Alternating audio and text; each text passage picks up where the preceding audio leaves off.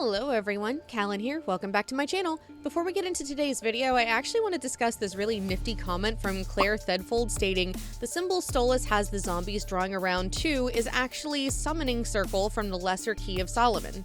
It has safeguards built into it to limit the havoc he can wreak through it. He can't harm the agents, and that's why 2 isn't limp on the ground with a broken neck from that owl twist. The conditions of the ritual won't allow it. This is in reference to my flash facts for episode 6 when I ask why Stolas didn't kill the agents and distort the footage. Thanks so much for pointing that out, Claire. That's actually a really cool fact. While someone else tried to state that demons can't kill humans, which is absolutely false, Stolas having to use the bodies of the dead agents to summon himself using a magic circle that literally binds him from hurting the agents does make total sense. I appreciate that. I also want to give a little shout out to Mila H over on Twitter for drawing my first piece of fan art. Oh my gosh. Mila drew my little Sona as a Tim from the game Balan Wonderworld along with a Tim version of the character Attilio Cassini, because apparently, even though I've only been in the spotlight for like 5 minutes, everyone already knows how much I love clowns. Thank you, Mila, that really made my day. Batata Frita also asked if I'd marry Fizz or Striker given the chance. As thirsty as I looked over Striker in my episode 6 flashbacks, I'd be more likely to just want to go camping with him. He's great to admire from a distance rather than being all that close to, but Fizz? Hell yeah, I'd marry Fizz in an instant. Gimme. I also want to thank all of you again for being here. My subscriber count has absolutely exploded over the past few days, and you all have no idea how much I appreciate that. At the time of recording this, I'm currently at 16,000 subscribers, but by the time this posts tomorrow, I have no idea how much that'll change. So thank you all. I'm excited to also be redoing episode 7's flashbacks because when I first started them, I went into it with the idea of just be quick, state the facts, and get out of there. And now it's turned into slight narration, pointing out context clues, and memeing all while speaking as quickly as possible, apparently, but I found my groove and I'm having fun with it. With that, let's get into Helluva Boss flashbacks for episode 7, The Redo. The Welcome to Imp City sign also says Second Circle under it. Imps apparently have their own magazine called Imp Gossip, and on it there's a whole article about how Verosika Mayday says that binge drinking is sexy, to which we immediately see Luna chugging down an entire bottle of beer. One of the magical markings on the book activates itself when she sets her beer bottle on it, after which we see the portal opening up for IMP to return to Hell. So does that mean that Blitz doesn't have to call her in order to have her open the portal for them again, like he did in episode 1? Lightning horse poster in the background, which has replaced the Mona Lisa painting from episode 1.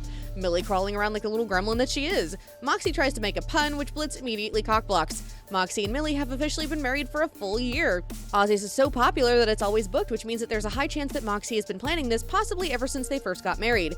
He even admits that he's been planning it for quite a while. Blitz makes fun of their monogamy, which is more him just being jealous about how well their relationship is going than actually judging the monogamy itself. Moxxie tries to set a boundary, which Blitz promptly ignores. IMP poster in the background, which has the company's phone number on it. Also a horse poster that Blitz drew himself into. Blitz is a horse girl. Millie purrs. Okay, but do all imps purr? Because the sheer idea of that is adorable as fuck. Can we appreciate some of these characters in the background though? The elevator station works much like a train station or an airport and even has screens on it that show when each elevator is leaving, where it's going, and which station it's in. The elevators seem to all have seats in them, which implies that the ride is longer than your typical elevator ride. Fizzarolli's show from Lululand and Lulu are shown in the newspaper that Blitz is reading. There's also a shot of one of the angels that we see in the pilot of Has Been Hotel. Luna is in Blitz's phone as Looney Poo. One detail that people don't seem to get, for some reason, is that Ozzie is the nickname of Asmodeus. We can even see it here at the zoom out of Ozzie's that Asmodeus' full name is at the top of the building. Also, the building itself looks like a giant circus tent, sticking with the overall circus theme of both Has Been Hotel and Helluva Boss. Waiting outside, we can also see a lot of the couples that we later see inside, such as Ace and Josh from Verosika's gang. Kiki is also there and seems to be waiting for someone, probably Servant Imp, who I've been informed is named Pringles. He's so cute. In the next shot, you can also see Milky waiting outside. Jesse is voiced by Ed Bosco, aka the guy who voices Alistair in Has Been Hotel. All these fun neon signs in the background though. Ozzie's is a club for couples only, hence why Jesse isn't willing to allow Blitz inside. Also, am I the only one who's amused at how quickly Blitz was willing to call him daddy? Because that fucking killed me the first time I watched this.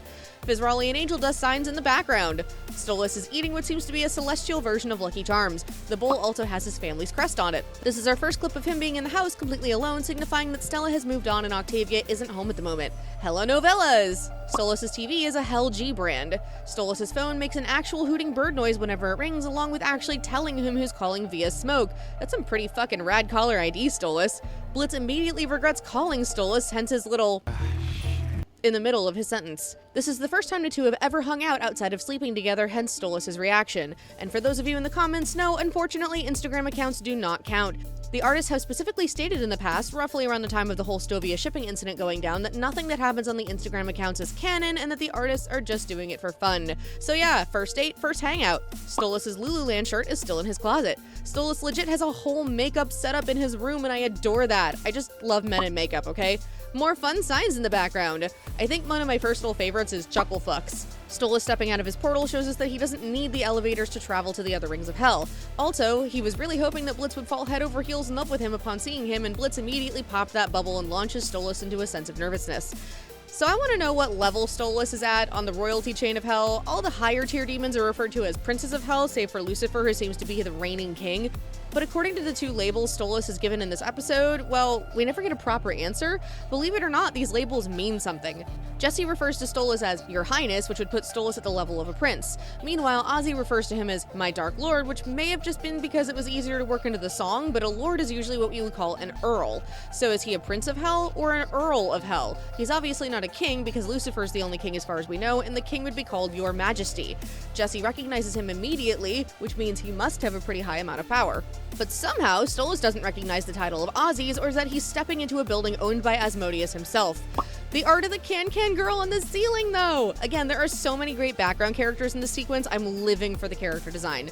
This adorable imp was already setting up books for Blitz to sit on so that he could match the height of his date, more or less anyway. My roommate said that one of the books Blitz is sitting on is the Karma Sutra, but they can't fucking read that. The clown's in the background! And we'll still never get over the fact that Pringles is getting it. He deserves it after how much he's been tossed around and treated like shit. This guy's getting a blowjob under the table. Wait a minute. I thought you couldn't enter without a date. This guy's all by himself and spying on the two lovebirds on the left. This lovely lady is voiced by the drag queen Jinx Monsoon. I also find it interesting that she has a similar eye style and even facial structure to Stryker, which I like because it shows us that he isn't the only imp in the show to have a design like that, though her face admittedly reminds me a little bit more of a lizard. Nothing seems to be working for Stolas until he starts trying to ask Blitz more questions about his day. Ah, there's the shot where we can see that he's sitting on the Karma Sutra. But who cares about that? Now it's time for... As Fizz comes down on the pole, we can see the segmentation of his arms and legs, hear the mechanical sounds of them moving, and it even looks like his feet are part of his prosthetics. A lot of people are theorizing that something happened to his body to permanently disable him, or that he gave up parts of his body for... upgrades, people! Upgrades! While we don't know which one is actually canon, I honestly love this aspect of his design. I love all aspects of his design. I just love Fizz a lot, okay? Ace and Josh again. The club has 3 different sections that you can sit in to get different views of the shows. Still thinking that Stolas and Asmodeus had some sort of history, whether it be friendly or otherwise. Blitz tries to hide from Fizz in this scene, but later doesn't hesitate to try and stand up for Moxxie. Can I get a copy of that print? And that one? Fizz is incredibly skilled at both stand-up comedy and sleight of hand magic. This movement, though. Verosika is outright holding her hand out for a drink and only pushes Wally out of the way because she didn't want him in the background of her photos. Tiny Dolphin and Dickstraw! What kind of band are the Squirters? Because I already love them. Fizzarolli's curly straw says, bitch, I want a straw like that. Again, because it was in the newspaper in the elevator scene, and Fizz is currently talking about it, that means that what happened at Lululand was very recent. Fizz mentions that the robot at Lululand made more money entertaining kids than the sheer amount of money that they make selling versions of him to people to, have adult time with, meaning, no, the guy in the background is not stating that he has 4 children that he bought. He's stating that he bought 4 Fizzarolli bots. That is why Fizz told security to keep this guy far away from him, because he's a rabid fanboy. Also notice that the fanboy and all of his little friends are literally dressed as Fizz. Again, I want that damn hoodie. Fizz makes fun of Moxxie for not having a stage name, so does this mean that Fizzarolli is his stage name and we still haven't learned his real name yet? Only time will tell. After all clowns have stage names. When Fizz jumps off of the stage, he goes to sit with Asmodeus, who is currently in a secondary form, as all higher tier demons seem to have 2 different forms.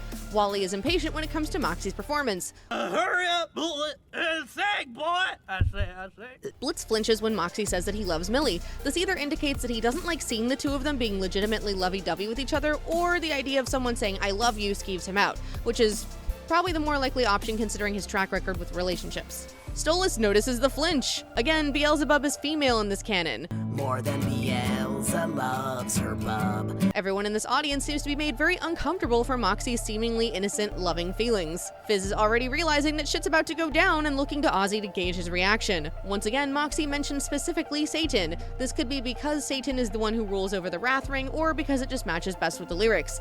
Ah yes, cock blocking. Enter Ozzie. Can I just say how much I love the fact that Fizz's hat constantly jingles? Fizz outright steals Moxxie's guitar away from him. Ozzie's side faces sing along with him. For those of you that don't know already, Fizz is voiced by Alex Brightman, who voices Beetlejuice in the Beetlejuice musical, because I still get comments asking why he sounds like BJ. And Ozzie is voiced by James Monroe Inglehart, who is best known for being the genie in Broadway's Aladdin. Asmodeus is a chimera. Fizz's trumpet skills are seductive as fuck. Ozzie and Fizz bounce off of each other incredibly well, which is because of their evident past in entertainment. Fizz is incredibly good at picking up on whatever his performing partner is putting down and acting on it without anyone in the audience noticing that it wasn't something that was rehearsed even once. Again, he's good at improv. The marshmallow that is set on fire is on a tiny pitchfork. Fizz's glasses are great. Fizz catches Ozzie, but he's so heavy that he nearly loses the ability to hold him up and struggles hardcore. Fizz looking to Ozzie for approval again. He actually does this 3 different times in the episode, and it could be partially to make sure that he isn't missing any cues, but it also could probably indicate the fact that Fizz knows his entire career rides on Ozzie keeping him around, so he constantly looks to him for approval. Fizz extends his legs to match the height of Ozzie when shaking his head disapprovingly at Moxxie. A better view of that adorable hoodie and Fizz's cute point. Blitz doesn't hesitate to tell an entire club full of people that he's watched Moxxie and Millie bang. Fizz then doesn't hesitate to throw Blitz under the spotlight and completely bash on his relationship skills. His quote, "Some nerve you got to comment on a relationship," is usually the kind of thing that someone would say to an ex. Some nerve you have to comment on their relationship when you couldn't even hold your own in our relationship. Cue Veronica getting in on bashing the ex and Stolas looking her up and down in absolute shock. This girl is upset that her date immediately starts taking photos of Veronica and singing along with her song rather than just paying attention to her. I mean, seriously, if a famous pop star slid themselves onto your table, you'd be interested enough to take a photo of them. How often do you actually see shit like that happening? The clowns are back! Fizz pulling out his binoculars and comedically going all the way up to Stolas, though. I love him so much. Did you guys know that? Did you know how much I adore Fizz? I don't think I've said it enough. The instant the spotlight is put on him, Stolas tries to run out of the room, only for Ozzie to have to grab him and yank him back into place. Hey, Fizz. Ozzie says, You used to have a smoking wife, a kid, you had it all. In past tense, which, yeah, implies that Stolas has either gotten a divorce or is in the process of the divorce, especially because later he mentions that Octavia is at her mother's house for the weekend. Not with her mother, at her mother's, indicating that Stella has her own home away from him now. Fizz, stop being so goddamn cute! Stolas hides away in embarrassment, which immediately makes Blitz feel worse about everything that just happened. The firework launchers are dicks! Millie disappeared through most of the sequence, but when she returned, she's holding Moxxie's guitar out for him. This implies that perhaps she went missing because she saw where Fizz put it and went to go get it back. Ozzie's shocked face when Fizz is stomped on, though. Oh, she's cute. Ew, cute love shit. Snuggle. Millie and Moxxie being couple goals seems to be what gets Stolas to realize that he needs to try and do something to save the moment. Therefore, he reaches out to try and touch Blitz's hand, but at that point, it's way too late. Stolas covers his face and tries not to be seen by Ozzie on the way out. I love the fact that Fizz just looks like a grumpy sourpuss in Ozzie's arms here. Goodbye, Fizz, my beloved. There's a whole string of condoms on Stolas' leg as he tries to get out of the IMP van, as well as what looks like a phone charger. The Lululand cup is also in there. Pony charm from the rearview mirror, or the missing rearview mirror. Blitz, is that safe? Stolas tries to invite Blitz inside, but the overall night has been too much on Blitz emotionally, so he winds up calling Stolas out on only ever wanting to sleep with him instead. Stolas uses Blitz's proper name for the first time rather than a pet name. Horse poster, horse figure.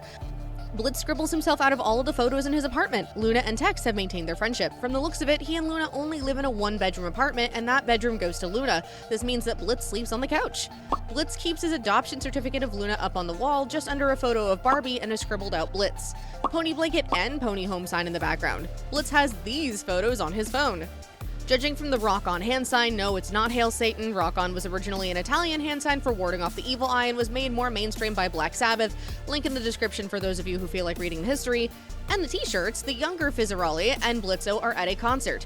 Blitz's t-shirt says Mammon on it, which indicates that Mammon may be a rocker.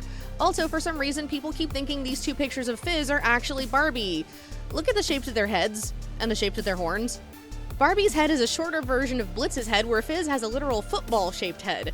They also have a completely different set of horns from each other. Blitz's mom, or we're assuming that she's been rewritten to be his mom at this point. Truthfully, none of us know if that's fully canon or if she's just his sister and as acting as his mother figure, has the red charm that Blitz usually wears around his neck. It's seeing this family photo of the three of them that really launches Blitz into his depression. Holy hell, this script wound up being long, but y'all know just as much as I do that I can't not gush over Fizz. It's not possible at this point. Thanks again for sticking with me, friends. I appreciate it. Also, someone asked me to do one of these for the pilot of Helluva Boss. I can do that and probably will, just keep in mind that a lot of the stuff in that video may not necessarily be canon anymore.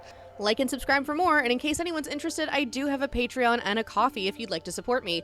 Episode 6's Flash Facts took me about 2 days to fully make, and that's a lot of time and effort. But really, I'm just happy that you all are here, and I'm happy that you're all having a great time.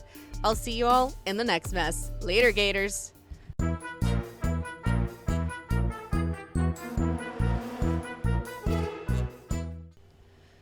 Barbie's head is a shorter version of Blitz's head, where Fizz has a literal shitball. A shitball head. Oh no, I can't word.